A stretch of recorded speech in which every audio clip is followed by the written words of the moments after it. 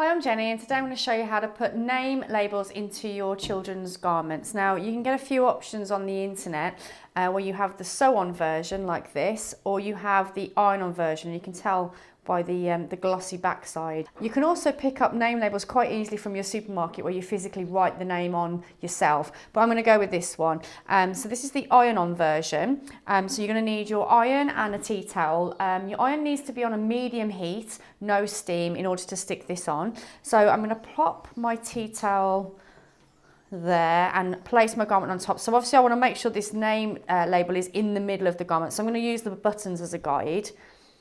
And the next thing I'm going to do is open out the collar. It just makes it easier when you're doing your ironing. So taking your medium iron, I'm going to place that on top. Now you don't want to be moving this around. You want to keep it as still as possible.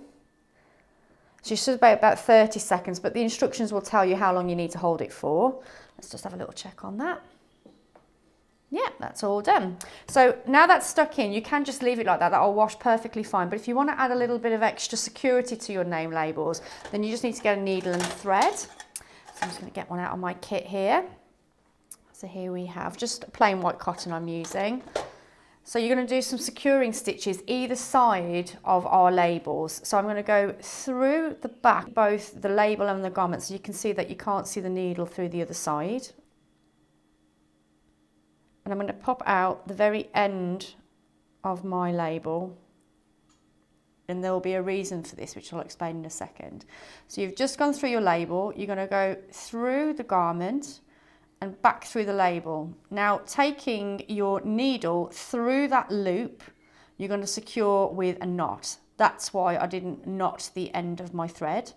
I'm going to do another stitch in the middle of the label, like so. And then I'm going to do another stitch at the very end of the label.